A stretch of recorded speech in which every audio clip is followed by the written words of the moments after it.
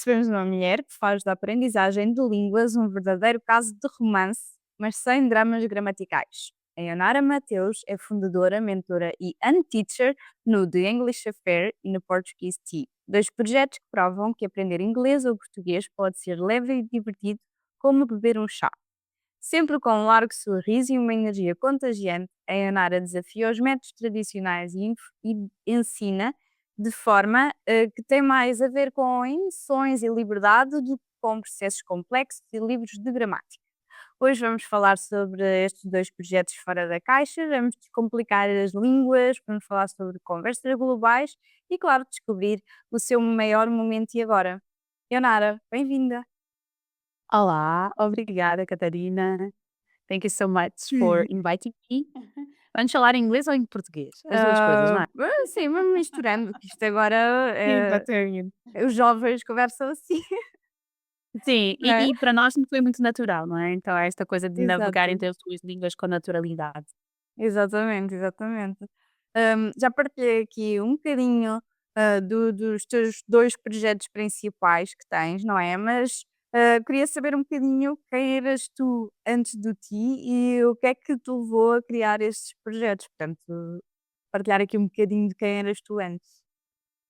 Uau, isso parece que foi há várias vidas atrás, então às vezes até custa, não é? A voltar atrás e lembrar quem era a Ionar antes do ti e quem é a Ionar agora.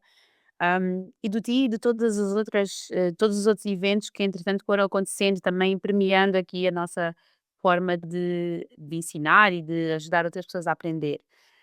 Eu acho que é muito importante começarmos pelo início, e o início que é só um dos inícios, é o momento em que eu nasci. Eu nasci em Angola, em 83, e já vim de uma mistura de 2 culturas muito diferentes. E foi no meio dessas 2 culturas, portuguesa e angolana, que eu fui me conhecendo pessoa. E porque é que eu gosto de começar por aqui? Porque depois tudo isto vai, desembocar de alguma maneira naquilo que sou eu neste momento, não é? E este momento do agora. E eu nasci em Angola, mas depois vim para Portugal quando tinha 9 anos, na altura, fugida da guerra com a minha família, portanto nós chegamos a Portugal como refugiados de guerra, então eu sei perfeitamente o que é chegar a um país e ter que nos adaptar e enfim, e nem estar a entender muito bem o que é que se está a passar, ainda por cima com 9 anos. Mas o que eu sabia na altura já é que eu gostava muito de palavras. E as palavras salvaram-me nessa altura, porque foi o que me ajudou a fazer senso, não é? Make sense of, de tudo o que estava a acontecer, então eu escrevia muito, e portanto já nessa altura, com 9 anos, eu gostava muito de comunicar, mas era muito introvertida. Então eu comunicava muito comigo mesma, eu tinha grandes diálogos Hum. sozinha, aqui no meu mundo interno, e foi a partir daí que eu comecei depois a entender que eu tinha essa ligação muito especial com as palavras, e daí com a aprendizagem de línguas, eu sempre fui boa, vamos dizer assim, boa a aprender línguas, porque para mim sempre foi muito óbvio a ligação entre as coisas, há algumas correlações que as pessoas, na maior parte das vezes, não conseguem logo fazer e que para mim é muito óbvio, não é? Sei lá, a palavra exquisite e a palavra esquisito, para mim, faz todo o sentido que elas vieram no mesmo sítio, apesar de significarem coisas diferentes, percebes? Mas então, como para mim sempre foi muito óbvio e muito natural, eu nunca sequer imaginei, fazer disso uma profissão. Então para mim era, como eu gostava muito de línguas, todo o tipo de línguas, eu adorava esta ideia, mesmo o italiano, eu lembro-me que eu cresci nos anos 90, então era fã do Eros Ramazzotti, da Uhum. Laura Pausini, eu queria muito saber italiano, então eu ouvia as letras deles e na altura nós não tínhamos os lyrics, não é? Sim. Nos anos 90, então eu tinha que escrever, tinha que ouvir e escrever tal e qual como eu o entendia. Quer fosse em francês, em inglês, em italiano, era da forma como eu entendia, como eu escrevia, que era para poder depois acompanhar as letras e poder cantar, porque, juntamente com as palavras, a música sempre teve um papel muito importante na minha vida. Mas como eu estava a dizer, eu nunca sequer imaginei que eu fosse fazer disso uma profissão e ainda mais a ensinar outras pessoas. Porque se há coisa que eu sempre disse que eu não queria ser, era professora. E portanto é mesmo daquelas coisas assim, estás a ver, quando cospes e depois cai mesmo em Sim. cima da testa. Já acho que isso Porque acontece muito, quando a gente diz: "Não, eu sim. nunca vou ser isto", eventualmente pode acontecer. Mas havia ali uma lição e hoje em dia eu percebo isso, no auge dos meus quase 42 anos, entendo que quando nós dizemos: "Não quero isso", é porque há alguma lição ali a aprender, não é? "Eu não gosto disso", porquê que não gostas? Porquê que odeias? Porquê que isso te deixa desconfortável, não é? O que é que há aí? Qual é a lição que tens aí para aprender? Mas pronto, na altura, de facto, eu não sabia e só vim a saber, mais tarde. Eu acho que a vida só faz sentido quando depois nós olhamos para trás e entendemos, aí faz o clique. Pegaste aí numa coisa que era, não te vias como professora, mas tu hoje também não te vês como professora. Eu sei que tu não gostas muito que digas que hoje em dia és professora, nem que o TI é uma escola. Como é que nasceu aqui a rebeldia do Unteaching e porque é que te posicionas desta forma, no TI? Sim, eu até isso, esse não, o não gostar de, não é, e o porquê que eu não queria ser professora e o porquê que eu não quero que as pessoas não gostem que as pessoas me chamem de professora, o que é que isso tem para me ensinar também. Tenho tentado perceber um pouco melhor isso e explorar muito essa questão. Eu comecei a trabalhar como professora de línguas em 2007.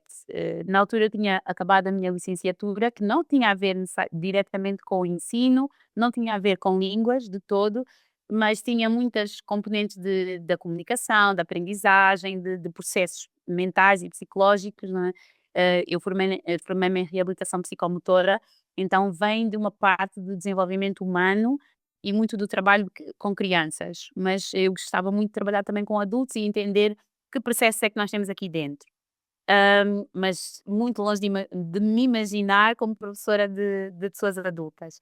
E na altura surgiu esse convite para eu ingressar numa escola, é uma escola famosa, que muita gente conhece, de línguas, porque eu era aluna nessa altura e fui uma boa aluna, então convidaram-me para ser professora e ficar lá a trabalhar com eles.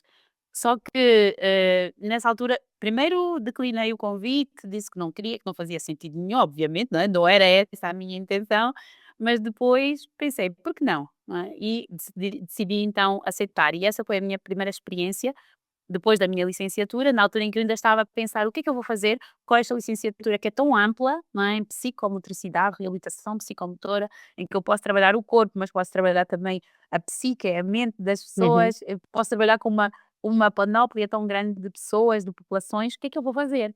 E então estava naquela, e porque eu sempre fui muito curiosa, eu disse, ok, vou aceitar. E foi assim que começou esta jornada, muito sem planear, eu confesso, não, lá está, não planeei mesmo, não achei que fosse fazer carreira a partir daí, mas foi de facto aí que começou. E nessa altura eu era realmente uma professora assistente, trabalhava, dava apoio a várias pessoas, mas depois comecei a entender que havia muitas coisas que estavam a faltar. E comecei a não me reconhecer tanto nos próprios valores da empresa, enfim, aprendi muita coisa e sou muito grata por essa primeira experiência, porque, marcou e moldou muito daquilo que eu a profissional que eu hoje sou, mesmo em coisas que eu não quero fazer e hoje entendo porque é que eu não quero fazer. Então, tenho muita gratidão realmente por essa experiência e porque foi a partir daí que eu verdadeiramente aprendi inglês, tanto como aluna como depois a ensinar outras pessoas. Mas como eu sentia que estava a faltar alguma coisa, eu senti que precisava talvez de explorar outros contextos. E comecei a ensinar inglês noutras situações, passei por escolas com crianças, não é? Escolas primárias, passei por empresas, ambientes mais corporativos, centros de estudo, centros de formação, enfim, deu para eu explorar uma série de coisas e trabalhar com vários tipos de populações diferentes, adultos, crianças, adolescentes. Então, a partir daí eu percebi que em todos os contextos em que eu passava, continuava a faltar a tal coisa que eu na altura não sabia o que era.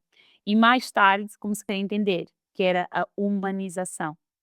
Tão simples como isso, que é olhar para outra pessoa e entender que ela é uma pessoa, tal e qual como nós somos uma pessoa, deixar de haver aquela hierarquização, não é, do o professor como mestre detentor de todo o saber, porque eu nunca me vi dessa forma. Eu sempre questionei muito as coisas que eu sabia. Hoje em dia tento não questionar tanto, quer dizer, depois de 40 anos acho que a pessoa tem que começar a acreditar, dar-se Aceitar. algum crédito, não é?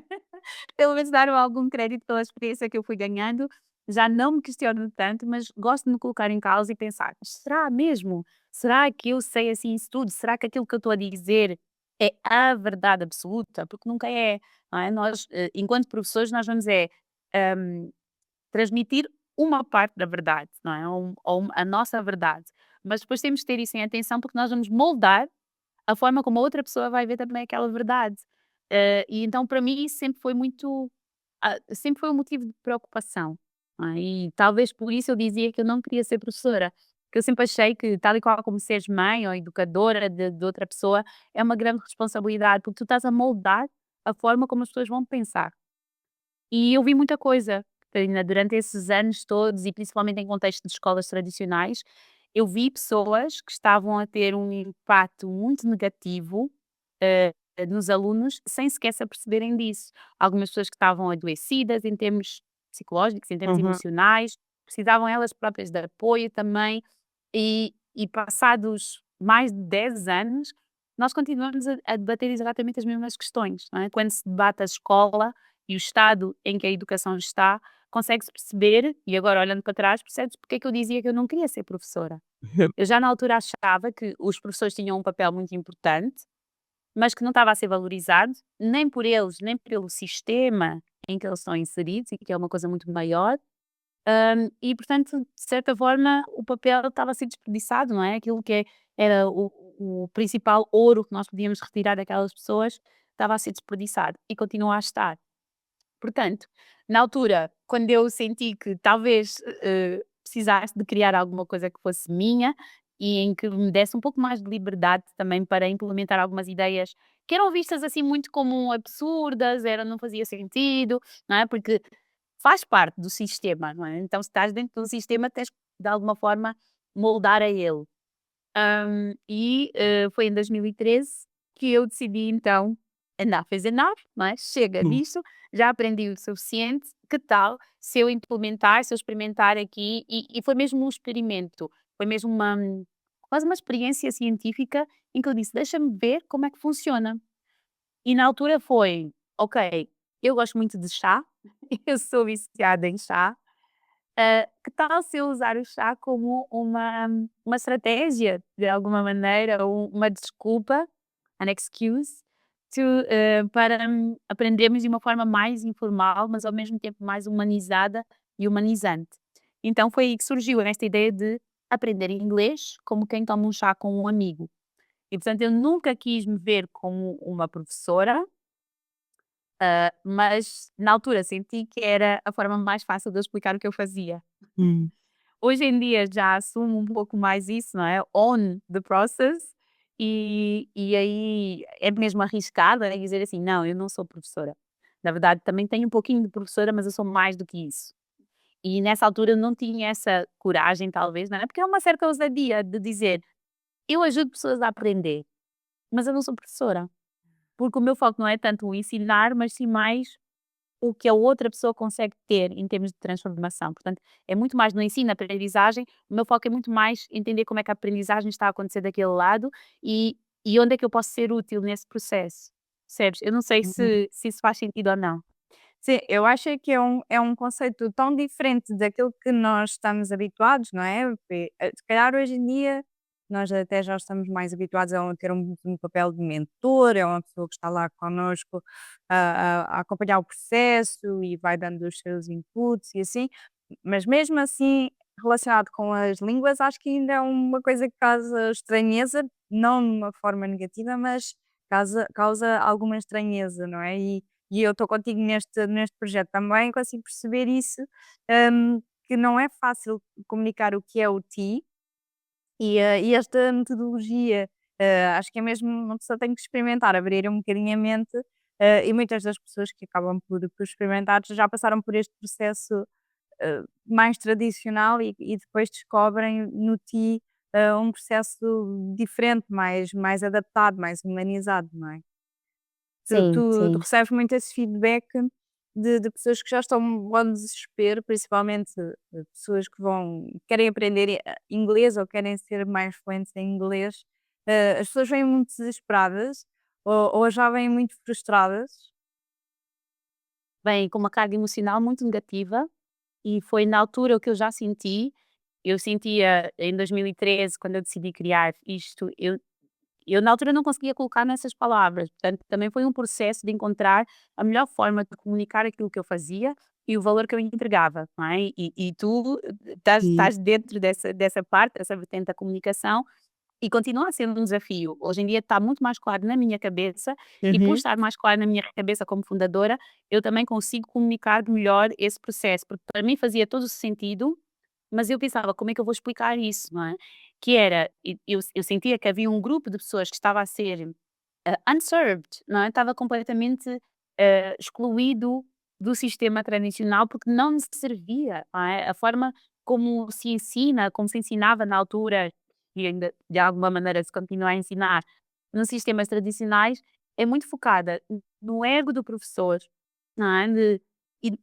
E na importância do conteúdo programático, não é? Uhum. E é muito a ideia do one size fits all, não é? Então, se nós desenharmos este conteúdo, não interessa quem tu és, tu vais receber isso tal e qual, tu, Catarina, igualmente como Baionara. E para mim isso não fazia sentido, porque eu entendia que para algumas pessoas era divertido, para outras pessoas era muito difícil. Para algumas pessoas era fácil, para outras pessoas era realmente era extenuante, era assim uma coisa drenante mesmo. Uhum. E eu não entendia o porquê, porque como eu sempre gostei de línguas e por isso é que eu comecei a minha história por aí, para mim sempre foi uma coisa muito prazerosa. Não é? Então foi uma fonte de prazer, tanto que eu não associava a trabalho, porque eu fazia essa distinção, não é? Uma coisa é trabalho, outra coisa é lazer. Para mim, aprender línguas e saber as línguas e cantar, não é? As várias músicas, para mim é prazer. Eu não sabia que se podia juntar as 2 coisas. E foi realmente em 2013 que eu percebi que era isto que estava a faltar, não é? Daí surgiu o T, que é The English Affair, essa ideia do affair como uma coisa muito mais leve, mais prazerosa mesmo, mais descomplicada também, que não tem que necessariamente ser by the book, tal e qual como está escrito, porque existe margem para ajustar. Até porque tu és uma pessoa, não é? Nós estamos em relação, então faz sentido eu adaptar, ainda que eu esteja a fazer exatamente o mesmo exercício que eu fiz para outra pessoa anterior, vai ser diferente, porque tu és a Catarina e não a outra pessoa anterior. E para mim sempre foi muito óbvio. Continuo a achar que muitos professores têm muita dificuldade em fazer isso, não é? Em se descentrar do ego, do seu ego de mestre, detentores de todo o saber, que é uma coisa que nos trama bastante, é verdade. Eu própria às vezes caio nesse buraco de pensar assim: "Não, espera lá, será que isso é mesmo o meu? Será que é uma coisa útil ou sou eu, não é, o meu ego a tramar-me aqui?" E muitas vezes é, só que nós temos que fazer dar um passo para trás e conseguir entender: "Ok, isto é de um lugar de ego, não é? É sobre mim e na verdade o processo em nada é sobre mim, o processo é sobre a pessoa que está a aprender." Exato. Isso é uma coisa que vai provocar muita frustração e muita para mim, eu não sou a melhor pessoa para estar a falar disto, porque para mim também sempre foi muito natural para mim aprender, línguas.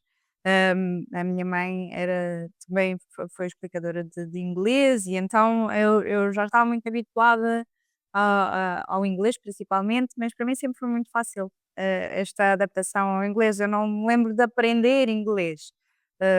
Aquele processo eu fui apanhando e depois também fui crescendo. Acho que as pessoas aqui de mais ou menos da minha idade que jogavam jogos e que tinham acesso à televisão, a maior parte dos desenhos animados e jogos eram em inglês. E então eu acho que também aprendi, eu fui apanhando muita coisa, fui querendo perceber mais por causa disso. Mas, Uhum.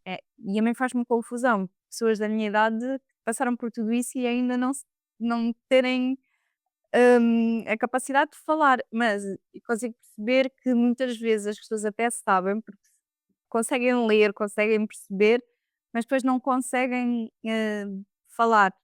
Hã, Isso é o isto é nosso um dia a ponto dia aqui no TI. sim, exato. Isto é um ponto que focamos muito no ti, que é isso, não é? A maior parte das vezes das pessoas que querem aprender inglês é falta de confiança em Portugal. Sim, sim, sim. Existem vários processos que estão ali envolvidos. Começa por ser um desafio grande aprenderes depois de uma certa idade, não é? Porque nós depois, cada um de nós tem a sua bagagem. Nós carregamos essa bagagem de formas que vai sempre influenciar aquilo que nós vamos fazer na vida. E às vezes, quando é de uma forma inconsciente, nós nem sequer nos apercebemos que estamos a ser condicionados dessa forma. E isso já vai dificultar, ou pode facilitar, mas na maior parte das vezes dificulta, quando tu tens que aprender, enquanto adulto.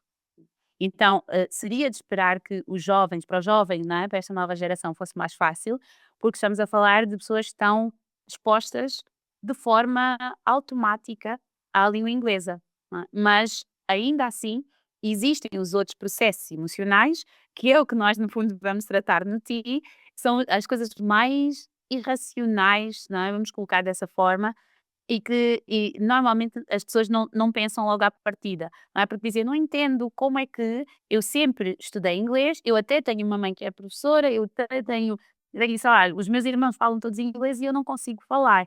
Porquê? Porque nós estamos à procura da lógica. Nós sempre estamos à procura da lógica. É um mecanismo de defesa que acho que herdámos ainda dos tempos dos nossos antepassados, que tinham que se defender e rapidamente etiquetar tudo como sendo perigoso ou como sendo, não é? Então nós rapidamente criamos essas etiquetas e nós dizemos: "Ah, isto aqui não é uma coisa boa, isto é uma coisa boa". E vamos procurando a lógica, no fundo, para nos ajudar a organizar o caos que o mundo é. E então as pessoas tentam aplicar a mesma lógica das ciências exatas às línguas. Isso não faz sentido. Porquê? Porque a língua é nonsensical. Eu gosto muito dessa palavra porque não há nenhuma palavra equivalente em português. Mas as línguas não são para fazer sentido. Elas não fazem sentido, porque tanto que elas não são uma ciência, a linguística não é uma ciência, não é? E a partir do momento em que eu entendo isso, eu consigo olhar para isso de uma forma mais flexível também. Não há lógica a entender, não é? Tu podes criar uma certa lógica que te vai ajudar, podes criar mnemónicas, podes criar algum tipo de analogia que te vai ajudar a memorizar determinada coisa. Mas em termos linguísticos não existe uma lógica, não é? E depois o mais interessante é começarmos a quebrar isso e perceber o que é que está aqui por trás, ou seja, em vez de estarmos tão focados aqui na parte cognitiva, à procura da lógica, irmos aqui para trás, para as nossas emoções e entender o que é que está aí, não é? Porque é que eu travo quando eu tenho que falar inglês? Que medo é que eu tenho? Que medo é esse, não é? Se eu sei que ninguém me vai punir se eu fizer um erro, por que é que eu tenho tanto medo, não é? E tu falaste da tua mãe, eu achei muito interessante, eu por acaso não sabia disso, mas as mães têm um impacto muito grande, na forma como nós nos vemos a falar uma língua, principalmente se forem mães professoras, porque e aí talvez tu tenhas tido sorte, porque normalmente as mães professoras são muito mais exigentes com os filhos, do que com os outros alunos. Ah, mas E sim, então eu isso vou-te cria contar, eu uma vez tive, sim. uma negativa num teste de inglês, mas não foi porque eu não sabia, foi porque eu simplesmente não quis fazer. Então eu não fiz aquilo, foi um ato de rebeldia e não fiz nada. E tive uma negativa. Então durante semanas eu tive que andar a falar inglês em casa, só se falava inglês em Uhum. casa. Então a Sim. exigência, existia, só que pronto, eu acabava por, como aquilo também era uma coisa fácil para mim, ele Uhum. acabava por me deixar levar, mas a exigência sem dúvida que Para existia. algumas pessoas esse mesmo estímulo podia ter resultados de uma forma completamente diferente. Porque aí a figura da mãe, coitadas, elas não têm, às vezes nem fazem por isso, Claro. não é de uma forma intencional, mas os pais têm um impacto muito grande na forma como nós depois, crescemos e vemos o mundo, Sim, e muitas vezes isso podia se ter tornado uma barreira, não é, porque tu ias ter sempre a imagem da tua mãe, exigente obviamente, não é, a querer que tu fales muito bem inglês, e isso travar-te, porque é o que muitas vezes acontece com os nossos alunos, e eu digo as nossas, porque na maior parte das vezes são mais mulheres do que homens que uhum, nos procuram, e que trazem essa tal bagagem muito das expectativas, não é? Porque as pessoas estão à espera que tu sejas perfeita, e tem muito a ver com a forma como nós ainda continuamos infelizmente, a educar os nossos meninos e as nossas meninas de forma muito diferente. E ainda hoje, nós dizemos às nossas meninas: "Tens que sentar bem, tens que ser bem comportada, não é, tens de ser uma boa menina", e sim. a ideia é: não faças escândalo, não faças nada de errado, não cometas erros, porque estamos-te a criar para seres, assim, um modelo, não é, um modelo a seguir. Enquanto que os rapazes não, estão muito mais habituados a correr riscos, não é, a irem, a Sim. experimentarem e aprender, e principalmente aprender uma língua, é muito sobre isso, é muito sobre correr os riscos, é estares à vontade, lidares bem com a questão da vergonha, que é um sentimento que nós falamos muito nas nossas aulas, porque toca aqui no fundo, não é? Porquê é que nós sentimos vergonha? Não é? O que é que. E normalmente são é a imagem dos nossos pais. Quando nós sentimos vergonha, é a cara de um dos pais que está ali, não é? Porque nós achamos que estamos a fazer alguma coisa de errado. E então acabamos por nos punir a nós mesmos. E eu tenho. Quantas pessoas é que eu já ouvi a dizerem eu prefiro não falar do que falar e dizer alguma coisa errada? E são pessoas que têm um nível básico de inglês, não é? Podemos até dizer até quase intermédio. A maior parte das pessoas que chega até nós não é beginner em termos de inglês. Em Uhum. português já existe muito mais, não é? Pessoas que nos procuram, que falam inglês e que querem aprender português. Mas em português, estamos a falar de pessoas que já têm ali um nível B, não é? B1, B2. Portanto, são pessoas autónomas que têm já essas bases e que conseguem ter uma conversa, mesmo que seja com alguns erros. Mas elas preferem não dizer nada, não é? Porque simplesmente às vezes travam, bloqueiam, congelam completamente, do que dizer alguma coisa que seja errada. Hum. Uhum. É quase um processo de terapia, aprendendo a ti. Olha, essa palavra surge muitas vezes nas nossas sessões.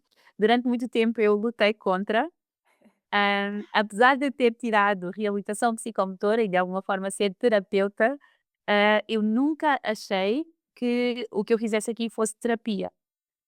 E não me coloco dessa forma, até porque eu tenho muitos amigos que são psicólogos e eu falo com eles, e eu própria faço terapia e recomendo a qualquer pessoa, porque eu acho que é sempre útil para qualquer pessoa, mas nunca me via como essa terapeuta. Mas as pessoas, sempre que saíssem das nossas sessões, e ainda hoje isso acontece, elas diziam isso: Ah, uau, estou tão mais leve, não é? Isto parece mesmo terapia, tu devias ser psicóloga, Ionara. E eu dizia: "Não, não, não posso dizer isso, porque senão ainda vou ser, punida pela ordem dos psicólogos, porque estou aqui a vender alguma coisa que não é verdade". E depois comecei a aceitar um pouco mais, porque comecei a pensar: "Ok, se as pessoas veem esse processo, esta experiência como algo terapêutico, isso é com elas, não é? Eu Exato. não estou a fazer terapia, mas se tu quiseres aceitar como terapêutico, é contigo, é uma escolha tua e eu fico feliz se isso te fizer bem". O que me estava a bloquear a mim própria, também do outro lado, enquanto mentora, é que eu própria não tinha as ferramentas necessárias para me proteger nesse sentido, principalmente quando são abordagens de um para um, é muito intenso, não é? É uma Aham. sessão em que eu dou tudo de mim e depois ficava sem nada. E quando que outra pessoa dizia, uau, estou tão mais leve, eu pensava assim, "Eu estou tão mais pesada". Tu tiras a carga de cima das outras pessoas.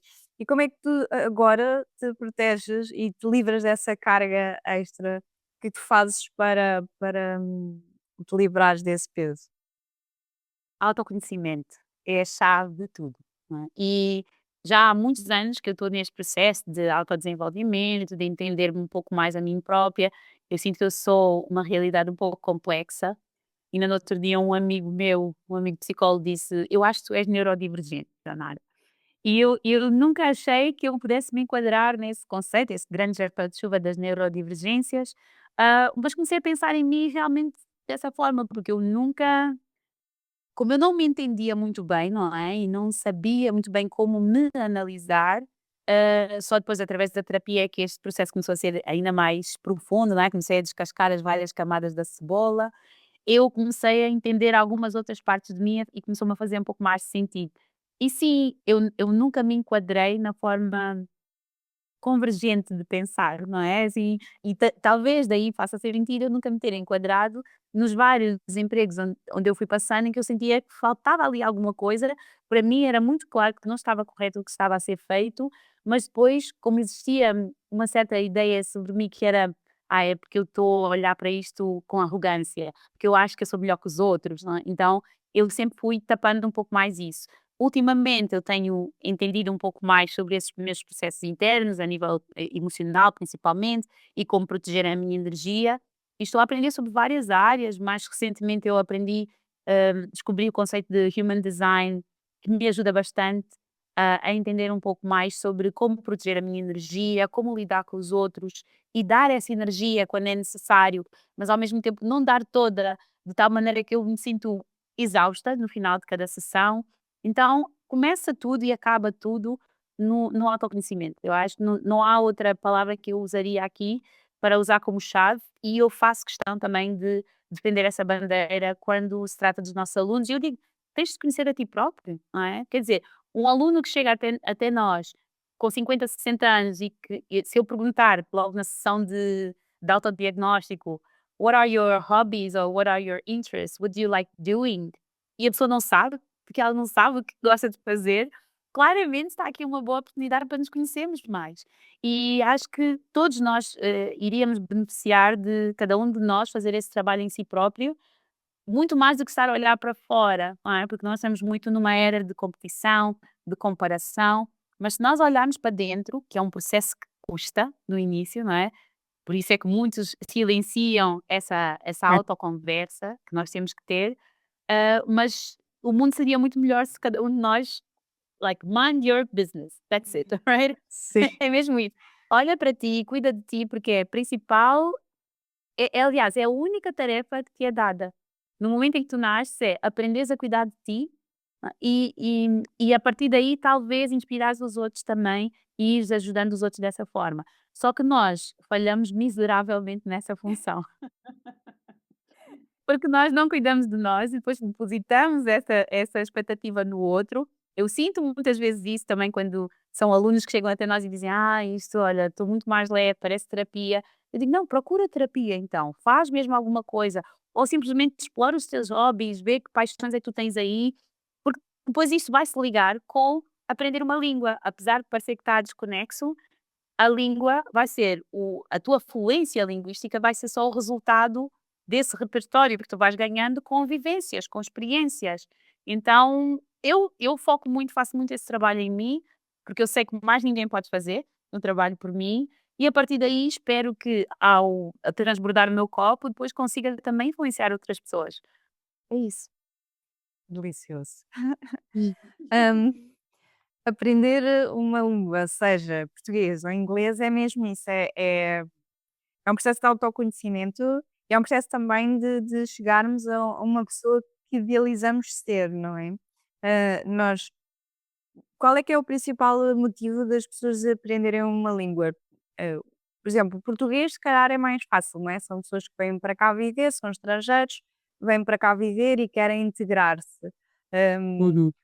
o inglês é para fazer parte do mundo, destas vivências, ou as pessoas vão por um lado mais sério, eu quero aprender porque preciso para o meu trabalho e estão mais focadas no seu trabalho, ou é mais esta questão Sim. das novas vivências? A maior parte das pessoas chega com uma justificação ontológica, não é? E mais uma vez estamos a focar aqui nesta parte Exato. e estamos à procura de alguma coisa que está no sítio errado, de certeza, não é? Por isso é que não bate certo, não bate a bota com a perdigote. Porque as pessoas vêm com justificações como: "Eu quero ganhar mais, eu quero subir na carreira, eu quero poder viajar, eu quero". Então, todas essas justificações são válidas, sim, mas no final das contas, quer seja em inglês, quer seja em português, o que as pessoas estão à procura ali quando decidem aprender essa língua é pertença, não é? É um sentimento de pertença, é a chave e é uma grande necessidade que nós, enquanto seres humanos, temos, todos nós temos, e que conseguimos através da língua, porque a língua tem esse poder, e é uma coisa que eu defendo já há muitos anos, tem o poder muito forte de incluir, mas da mesma maneira tem um poder muito forte de excluir. E nós fazemos isso muitas vezes, mesmo quando dizemos: "Ah, mas este inglês não é tão certo como os outros", não é? Por exemplo, eu quero falar como um nativo, mas o que é que eu considero como um nativo, não é? Que tipo de nativo é que eu tenho na minha Exato. cabeça quando eu falo de um nativo de inglês? Porque se nós formos a ver, o inglês é uma língua oficial em mais de 50 países e estados, mas nem todos eles são vistos como nativos. Quando esses alunos dizem: "Eu quero falar como um nativo", não estão a falar dessas pessoas, provavelmente não estão a falar de uma pessoa no Zimbábue que fala inglês, pode falar inglês de uma forma fluente, mas tem um sotaque mais forte que está influenciado pelas próprias línguas locais que fala também. Mas aquela pessoa pode ser um nativo ou não é? Porque depois eu trago estas questões e eu gosto muito de não há uma visão binária, não é? Eu digo sempre: "O mundo é dual, mas não é binário", e nós tentamos colocar como: ou eu sou fluente ou não sou fluente, não é? Ou eu falo bem ou não falo bem. O que é falar bem uma língua? Mesmo quando eu digo: "Ah, eu quero falar como um nativo de inglês, ou quero falar como um nativo de português", o que é um nativo, não é? E o que é esse falar bem? Até porque depois quando vamos a ver um pouquinho mais a fundo, existem nativos que não são assim tão fluentes. Eu E própria, eu tenho depois essa discussão, não é, com o meu caso, que é, eu acho que eu não sou nativa de nenhuma dessas línguas que eu ensino. E agora? Vão-me dizer que eu não sou fluente? Não é? Porque será que eu sou nativa da língua portuguesa? Eu nasci num país que tem o português como língua oficial. Mas não é uma língua nativa, é uma língua que historicamente nos foi imposta, não é? Através uhum, do processo de dominação. Obviamente, hoje em dia, nós consideramos que a principal língua em Angola é o português. Mas será que eu posso dizer que eu sou nativa de português? Não é? Mesmo aqui em Portugal, durante muitos anos a viver aqui, as pessoas perguntam, mas de onde é que tu és? Não é? E eu tenho que dizer, porque senão as pessoas não ficam satisfeitas se eu não disser. Eu nasci em Angola e cresci em Portugal, mas eu considero-me fluente independentemente de ser nativo ou não. É a mesma coisa em inglês, porque as pessoas perguntam: "Ah, mas nunca viveste em nenhum país que fala inglês?" Não, todo o inglês que eu aprendi foi entre Portugal e Angola, principalmente vivendo em Portugal. Portanto, não sou nativa, não quero sequer esse peso, não é? Até porque o ser nativo não significa necessariamente que traga essa tal fluência. O que as pessoas querem, na verdade, é se sentir pertencentes.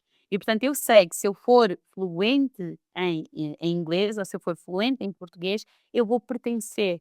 Eu vou ser considerada pelos outros e por mim mesma como parte integrante daquela comunidade, daquele seio. E, portanto, essa é a nossa necessidade mais inata, eu acho, mais animal, não é? Mas ao mesmo tempo faz a transição entre esta parte animal que nós temos e uma parte mais social, que é muito própria do animal humano. A partir do momento em que nós aceitamos isso, que queremos aprender a língua porque queremos pertencer, porque queremos falar sobre as nossas emoções, dizer o que nós sentimos, expressar aquilo que nós pensamos naquela língua, não é? Com a complexidade que tudo isso envolve, aí torna-se muito mais fácil, porque não é sobre certificados.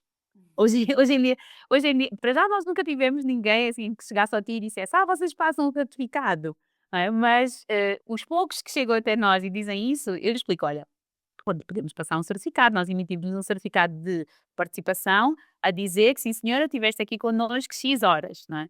Agora, se isso te torna fluente, isso já estão outros 500, não é? sim. E também, muitas pessoas acabam por confundir a fluência com o sotaque, ou não? Também estamos a falar muito sobre isso, não é? Mas isso Sim, também existe entre diferentes zonas de Portugal e português sim, pelo mundo, não significa que uma pessoa do Porto seja mais fluente que uma pessoa de Lisboa, não é? exatamente. Eu acho que o próprio conceito de fluência, isso é uma das coisas que nós começamos logo desde o início a desconstruir, o que é fluência, na verdade. As pessoas associam muito essa fluência a uma correção, correctness, não é? Aham, Accuracy, de alguma forma, não é? Exatidão. aham. Ahm, ou, ainda pior, perfeição, que é uma coisa que não existe, Exato. mas que de alguma maneira as pessoas querem construir, não é? Este caminho, este lugar, que de alguma forma é a perfeição e que as pessoas acham que conseguem lá chegar. Não é nada disso. E portanto, começamos logo por desconstruir aqui o que nós consideramos como fluência e a forma como nós aqui no TI, como eu vejo e o resto da equipa também acaba por ver, a fluência é como flexibilidade. Na verdade, se nós pensarmos bem, a palavra fluência vem de fluidez. E a fluidez é esta característica que é muito própria na água de liquidez, não é? Flexibilidade, elasticidade, de alguma forma, a capacidade de eu passar do formal para o informal, de eu passar da síntese para a análise e vice-versa. Portanto, é esta elasticidade que nós queremos trabalhar na pessoa, não é a perfeição. Porque se tu não és perfeita como pessoa, como é que tu queres ser perfeita como falante de uma língua? Não é? Não faz sentido. Então, ao desconstruir isso, depois começam a vir com esta ideia de flexibilidade outras questões, não é? E começamos a pensar mais num espectro de que propriamente numa visão binária de o português do Porto é mais correto, ou o português de Lisboa é mais correto. Então, o português das ilhas, que às vezes até consoante a ilha parece que nem é português, não Sim, é? E tem que se ter legendas, não é? tem que se ter legendas, não é? E depois eu ouço muita gente a dizer: mas aqui em Portugal, o português que se fala no Brasil não é bem português, não é? É assim, é um falso português, não é? Aquilo é mais um brasileiro de português. Está bem, mas depois são as mesmas pessoas que têm muito orgulho em dizer: "O português é a 5ª língua mais falada no mundo". Não é por causa dos 10 milhões de habitantes em Portugal, não é? É certamente por causa dos brasileiros. Portanto, até que ponto é que podemos dizer que o português de Portugal é mais certo do que o português do Brasil? O que é português de Portugal? Não é? Se o do Porto é diferente, às vezes até é diferente do de Braga, do de Guimarães, quer Sim, dizer, na mesma região, e estamos a falar de um pequeno retângulo que é Portugal, exato. existe uma diversidade e uma variedade tão grande, quando pensamos em alguma coisa como o Brasil, ainda mais, o que é realmente o verdadeiro português? E a mesma coisa pode ser aplicada com o inglês. Qualquer língua pode ser vista nessa vertente não dual, não binária, mas sim dual. Claro que existe contrários em qualquer um desses conceitos, mas depois há um espectro, não é? Em vez de sim ou não, zero ou um, não é? Que às vezes os Sim. engenheiros querem muito aplicar, os nossos alunos engenheiros querem muito ter isso, não é? Ou é zero ou é um, não é? Ou é sim ou é não, ou é preto ou é branco. E a língua não funciona dessa forma. Sim, porque a língua, eu agora estava a pensar nisso, estava a pensar, se até em Portugal, de Tomar para Lisboa, existem expressões diferentes e palavras, com significados diferentes, como é que nós não podemos, não associamos isso também ao português do Brasil? Ou tudo isto é português, só que é tão diferente de experiência para experiência. Eu, por exemplo, já vivi em várias cidades e sei que apanhei várias palavras e expressões de vários sítios, então às vezes as pessoas até nem percebem muito bem algumas coisas, hã, mas é verdade, é muito isso, a língua é mesmo o contexto e a experiência de cada pessoa. Sim. Portanto, para nós, isso dificulta um pouco, para nós, enquanto professores, enquanto mentores, não é? Que estamos deste lado na parte do ensino, principalmente se tivermos o papel de avaliar as coisas, porque o próprio sistema de avaliação é muito binário, não é? Ou tu acertaste ou tu erraste, não é? Ou tu escreveste bem ou tu escreveste mal.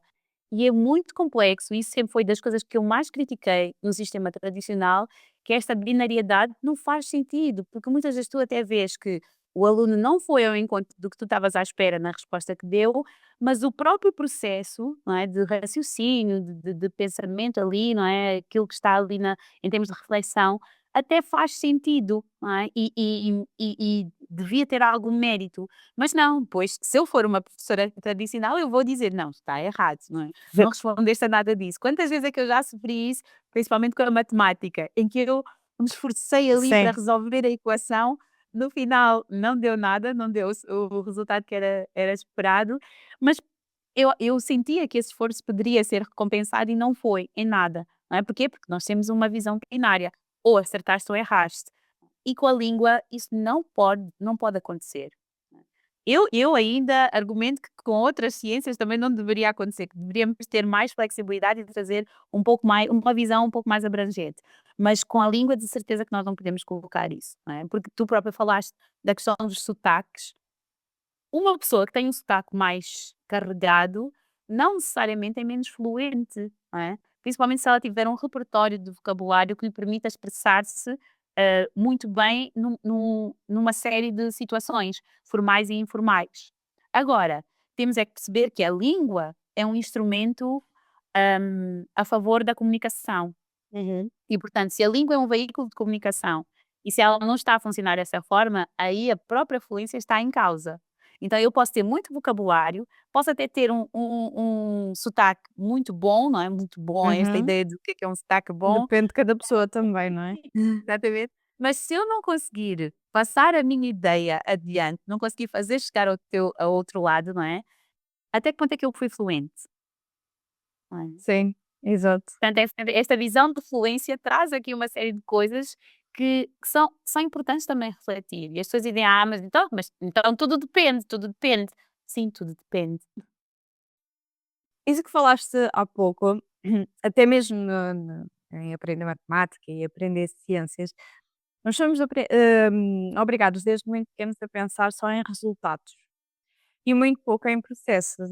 Sempre fui, já partilhei aqui várias vezes, e eu sou uma nódoa, sempre fui uma nódoa em matemáticas, ciências e físicas e coisas assim mais, hum, que envolvessem números, coisas muito analíticas, coisas muito. Estamos juntas nisso. Ai, péssimo, péssimo. Hum, mas aquilo que falaste que eu às vezes sentia que eu até podia eu de certeza que eu tinha ali alguma coisa certa, só que por algum motivo aquilo pus os pés pelas mãos e no fim não deu o resultado que era suposto. Então tinha zero. E acho que somos muito obrigados desde o início e até mesmo eu sentia essa dificuldade mais no português, que é, se não fosse exatamente aquilo que os professores esperavam de nós, nós tínhamos, estava errado, estava tudo o processo todo errado. Hum, Isso depois também se reflete um bocadinho, na nossa vida adulta, nas nossas expectativas, um pouco de tudo, não é? Desde pessoas que empreendem, que têm os seus próprios negócios, estão muito focados nos resultados e não acabam por não saborear o processo. Esta questão de nós queremos aprender uma língua, mas queremos aprender para amanhã, porque queremos o resultado da fluência, queremos o sotaque perfeito, e acabamos por não saborear aqui o processo, não é? De fato é essa ênfase no processo, não desvalorizando o produto, não desvalorizando o resultado, que tem também o seu mérito, nós percebemos, e eu quero muito ajudar os nossos alunos também a entenderem isso, que o prazer maior está no processo, não é? Está no viver em si, não é? No crescer, com tudo aquilo que isso envolve, com as dificuldades que traz também, com as dores de crescimento que nós temos, é muito sobre esse processo e sobre conseguir abraçar tudo aquilo que é trazido pelo momento presente. Uhum. E isso é algo que eu própria tenho tentado aprender para mim mesma, e acho que a melhor forma que eu tenho de servir os nossos alunos é partilhando essas minhas experiências, mais uma vez, não do ponto de vista de alguém que é superior, que conseguiu atingir aqui um determinado patamar, porque não é nada disso, eu própria tenho as minhas lutas internas, mas é mesmo do ponto de vista de alguém que está lado a lado, e daí eu colocar-me como mentora e não necessariamente como professora ou como mestre, enfim, não é? Como coach, às vezes, não é? Quando as pessoas Uhum. dizem, parece uma Sim, coach. Não, porque eu continuo a fazer o processo também e continuo a entender que a beleza, com todas as dores que traz, não é? Com todo o sofrimento que às vezes pode, apesar de que sofrimento e dor, depois isso aí haveria também mais aqui uma conversa, porque eu não acho que sofrimento e dor sejam a mesma coisa, mas é sobre esse processo, e quando nós aprendemos a amar o processo e apaixonamos-nos por isso, o resultado passa a ser secundário, não é? Quando tu chegas lá, tu até já nem estavas à espera, não é? Quando exato. tinhas realmente aquele determinado objetivo a cumprir, quando chegas lá dizes assim: "Oh, isso já nem era", não é? Eu podia ter nem ter chegado aqui, que já tinha valido a pena. E eu tento aplicar essa visão em tudo aquilo que eu faço na vida, e tem resultado, apesar de haver momentos que são mais difíceis do que outros, mas uma analogia que eu gosto de fazer particularmente é com o ginásio. Eu adoro treinar, mas eu lembro que o que me levou a treinar foi perder peso. E houve uma altura que eu estava muito obcecada com isso, o número da balança, e Uhum. ainda por cima sentia que era muito difícil, obviamente pelas minhas condições, não é, pela minha genética mesmo, eu nunca vou ser magra, eu sou uma pessoa roliça, sou assim Eh, com curvas, e tenho uma massa muscular muito forte, e portanto quanto mais eu treino, na maior parte das vezes mais massa muscular e mais peso eu tenho também. Portanto, até que ponto é que esse número na balança vai determinar o quão saudável eu sou, enfim, não é? Uma série de coisas. Eu Exato. comecei a pensar sobre isso e comecei a relativizar um pouco mais, e deixei de me pesar. Agora já nem ligo aos PTs quando eles querem muito marcar aquelas reuniões para Sim, vermos e tudo mais. Não, não faço questão, porque para mim já não é importante. Porque eu comecei a ganhar gosto, não é? E a apaixonar-me por esse processo, independentemente do resultado em que eu quero chegar, não é? Na verdade, eu já nem tenho resultado, assim, se eles me perguntarem: "Qual é o teu objetivo ao treinar?", eu vou dizer: "Olha, é treinar". É exato. treinar por si só, é vir aqui um dia, daí neste dia, tentar deixar aqui todo o meu stress na passadeira, não é, correr que nem uma louca, ou levantar pesos como uma maluca, e sair daqui muito mais leve. É sobre isso, já não tem nada Exato. a ver com o peso, não é? Tanto que no outro dia perguntaram-me quanto é que eu estava a pesar, eu nem sabia, não é? Então por curiosidade fui-me pesar, e até estava com menos peso do que eu pensava que estava. É. Portanto, de alguma forma consegui atingir o meu objetivo, mas neste momento já não é importante. não é? Porque eu apaixonei-me pelo processo. E penso que se nós conseguimos ter essa visão de lifelong learners com tudo aquilo que nós fazemos na vida e irmos nos encantando pelo processo, não é? Pela a parte gradual de ontem eu não conseguia fazer, hoje já consigo fazer um pouco melhor, não é? Se pensarmos, por exemplo, nas línguas, ontem eu não conseguia dizer uma frase completa, hoje já consigo pelo menos dizer como é que Aham. foi o meu dia de uma forma simples, não é? Portanto, é ter esta ideia de espelho retrovisor que eu acho que faz muito sentido na vida. E quando isso acontece, depois o resultado é simplesmente secundário. O processo, esse prazer no processo, tu também aplicas muito no ti, até muito nas sessões presenciais, não é?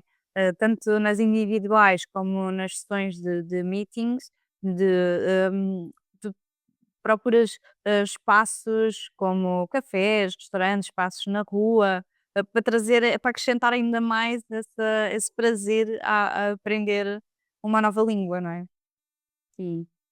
O prazer é mesmo a palavra-chave, não é? E não é à toa que eu há muitos anos atrás chamei isto de English Affair e depois todos os trocadilhos que se pode fazer, inclusivamente algumas conotações mais sexuais, enfim.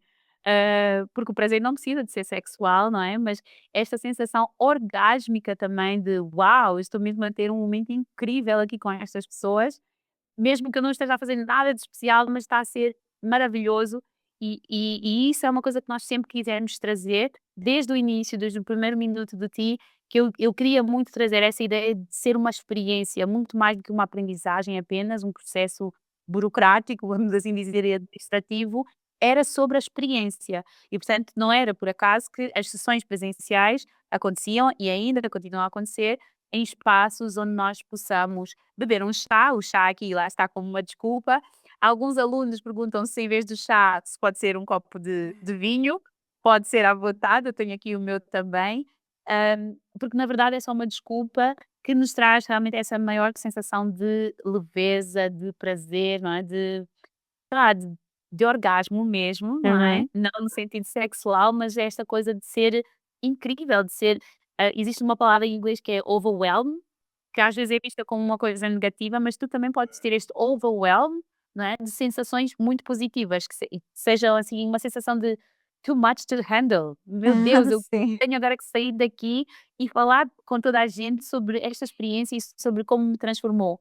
E se nós conseguimos criar essa experiência em cada uma das pessoas que vêm até nós, quer seja nos nossos programas individuais, quer seja nos programas em grupo, nos eventos que vamos organizando, para mim o meu dia está feito, porque eu própria tenho muito prazer sobre isso, não é? Eu tenho muitos Uhum. orgasmos também, a partir daqui, ao pensar realmente na quantidade de pessoas que nós possamos estar a impactar. E às vezes não é sobre o número em si, mas é sobre o efeito exponencial que isto pode ter. Porque mesmo que nós tenhamos um pequeno grupo de 4 pessoas, se cada uma daquelas 4 pessoas for impactar outras 4 pessoas, convidar, não é? Porque nós temos muitas pessoas que vêm por convite, por recomendação, para nós isso é uma coisa muito importante também. Nós aqui já estamos a criar este efeito exponencial e para mim a missão está cumprida. Já falaste várias vezes aqui que já tiveste aqui momentos muito desafiantes. Qual é que foi assim aquele momento e agora que te fez desviar ou que te fez repensar, mas depois no fim teve assim um impacto positivo? Uau, Pode eu ser tive mais que um. vários momentos assim, sim. Acho que ao longo do dia eu tenho, desde que criei, não é, que tenho tido alguns momentos assim. Na verdade, um deles foi logo no início, quando eu percebi que o TI tinha esse potencial, na altura comecei sem pensar que isso iria se tornar um negócio e depois coincidiu com a minha ida para Angola para colaborar num outro projeto. Eu pensei, mas e agora? Isto está a correr tão bem, há pessoas que estão a gostar imenso e na altura só estava numa base presencial, nós não tínhamos a vertente, o formato online. E eu não tinha mais ninguém também a trabalhar comigo, era eu comigo mesma. E pensei, se calhar é melhor desistir. Mas depois arranjei aqui uma série de alternativas e a equipa foi aí a primeira vez que tivemos mais do que uma pessoa a trabalhar, portanto eu deixei de ser uma equipa de um, não é, e uma Uhum. pessoa, para de facto ter uma equipa real com 3 pessoas que na altura estavam a trabalhar comigo e conseguia já delegar algumas coisas. E esse foi o primeiro teste. Mas depois eu fui sentindo que nos 5 primeiros anos do TI, foi muito sobre tentativa e erro, sobre aprendizagens. Isso demorou-me 5 anos para que eu realmente assumisse o meu negócio como um negócio. Uhum. Porque só em 2018 é que eu comecei a olhar para ti e dizer assim: "Espera lá, isto parece um cabelo bonito que não está a crescer", como eu gosto de chamar, a analogia que eu gosto de fazer. Porque sentia que tinha potencial para ser uma love brand, que as pessoas gostavam muito do conceito e tudo mais, mas não dava lucro nenhum, não é? Que se eu me despedisse do meu emprego principal, eu não iria conseguir viver do ti. E então esse foi talvez o segundo momento e agora, mais importante, e foi aí que eu decidi, despedir-me do emprego que eu tinha, porque eu sentia que eu não conseguia colocar toda a energia que o TI precisava para crescer como negócio e que eu própria não tinha as ferramentas necessárias como empresária, não é? Como Uhum. gestora de um negócio.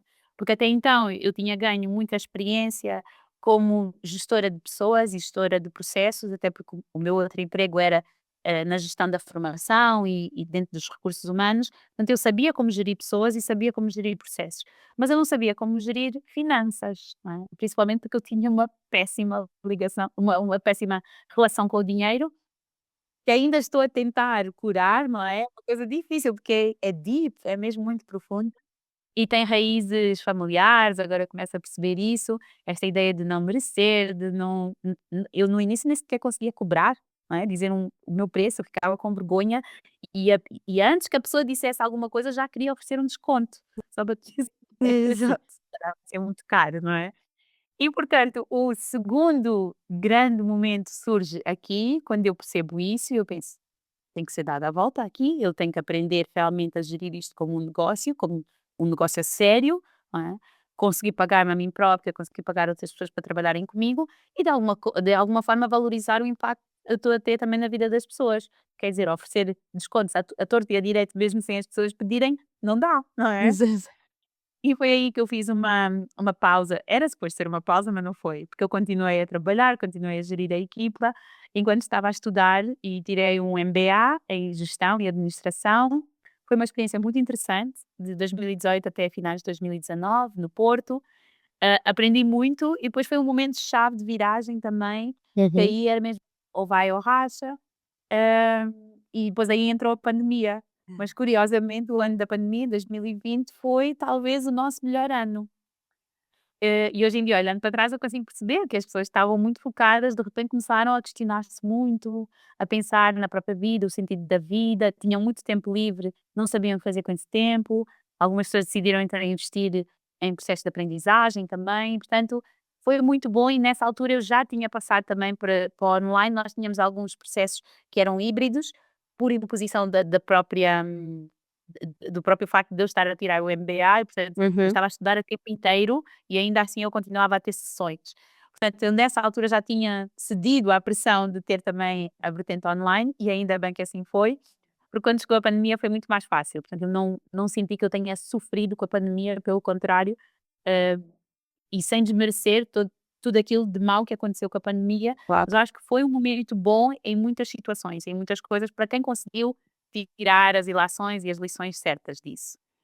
Pronto, e depois, a partir daí eu disse: "Ok, não posso continuar com esses preços, não é, não faz sentido, porque não dá, não é, eu dou aqui muito mais do que aquilo que eu estou a receber em troca, e isto é um serviço que é premium, não é, de certa forma eu Uhum. faço um acompanhamento, VIP destas pessoas, não é, e tem muita personalização, eu dou tudo de mim e ao mesmo tempo eu sinto que não tenho, assim, em termos monetários, Uhum. recompensa equilibrada relativamente a isso. E portanto foi talvez de 2020 para 2021, não sei, algures ali no meio, que teve o terceiro grande embate, que foi quando eu decidi, subir, os preços, mas assim, para um valor que já estava mais próximo daquilo que eu considerava justo, em Uhum. função do valor que nós entregávamos, não é, e ter um preço equivalente, e mais, usar o preço de uma forma estratégica para servir apenas quem eu achava que deveria servir. Porque foi aí que eu comecei também a entender que não era para toda a gente. Eu acho que demorou-me ainda algum tempo a entender que este serviço não é para qualquer pessoa, não é? E não é Sim. no sentido de nem todas as pessoas serem válidas para nós atendermos, não. Algumas pessoas simplesmente não vão beneficiar disso porque não vão entender o valor que nós estamos a entregar. E está tudo certo, porque para essas pessoas existe uma série, uma panóplia de opções, não é, que já existiam antes e que, na verdade, nós somos um serviço de nicho.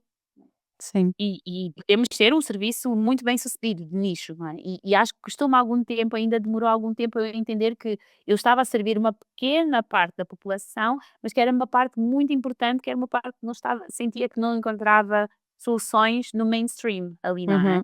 Sim. E então quando eu subi os preços, aconteceu que eu já estava à espera, não é? Muitos alunos que nós tínhamos e que pareciam muito apaixonados pelo próprio conceito e pelo processo, caíram simplesmente.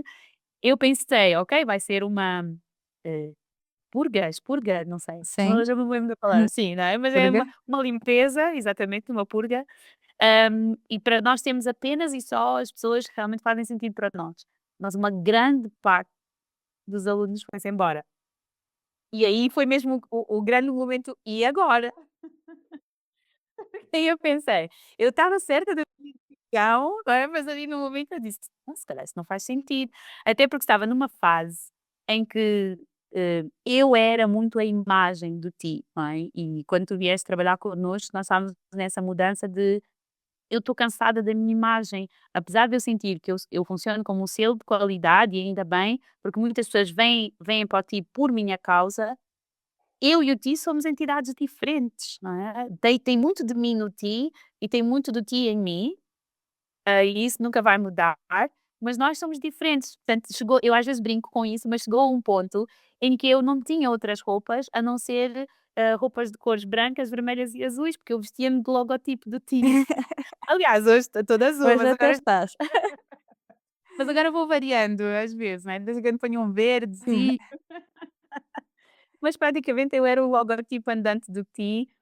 A minha imagem estava eu sentia que estava desgastada para mim, não é, mas ao mesmo tempo eu sentia que as pessoas gostavam de me ver a aparecer e ainda hoje nós temos essa noção, não é, quando eu Sim. apareço tem muito impacto e isso para mim, claro, deve ser um motivo de orgulho e de muita gratidão. Mas na altura aquilo estava-me a bater de tal forma, porque a minha personalidade, a minha identidade misturou-se com a do Ti, e eu levei a peito, comecei a levar a peito o facto das pessoas não estarem dispostas a pagar o preço que eu estava a dizer, não é, porque eu sentia quase como uma ofensa, não é, como uma agressão, que é, se estas pessoas não querem pagar este valor, que eu acho que é o justo, então é porque eu não valho isso, não é, e depois veio aqui todas Pois, essas exato. questões de Toda essa síndrome de questão, impostora, sim. não é, se calhar eu não valho isso tudo, se calhar eu não sou nada, se calhar eu sou uma fraude, enfim, o que é que eu estou aqui a fazer? Até que depois eu entendi, não, calma lá, eu simplesmente estou a falar para as pessoas erradas, não é? Se eu decidi que nós íamos só servir um pequeno nicho de pessoas, eu tenho que encontrar esse nicho e tenho que comunicar com eles. Mas ainda levou assim eu acho que eu demoro algum tempo e hoje em dia já vivo um pouco mais em paz com isso, mas no passado eu achava que eu tinha que fazer assim ter esses insights e ter tomada de decisões estratégicas muito rápido, porque eu Uhum. achava que as outras pessoas, os outros empresários, tinham também assim esse pensamento rápido, estás a ver? E que eu acho que eu não tenho, porque eu preciso de maturar sobre as coisas, eu preciso refletir, eu preciso de ter esses impactos de uma forma natural, e isso não estava demora tempo a acontecer. E hoje em dia eu estou mais em paz com isso, eu preciso mesmo do meu tempo. Então parece que de 5 em 5 anos acontece assim um salto, Uhum. que me leva um pouco mais à frente, de alguma forma. Leonora, muito obrigada pela tua partilha. Foi sem dúvida uma conversa com muito prazer e espero que tenhas gostado também.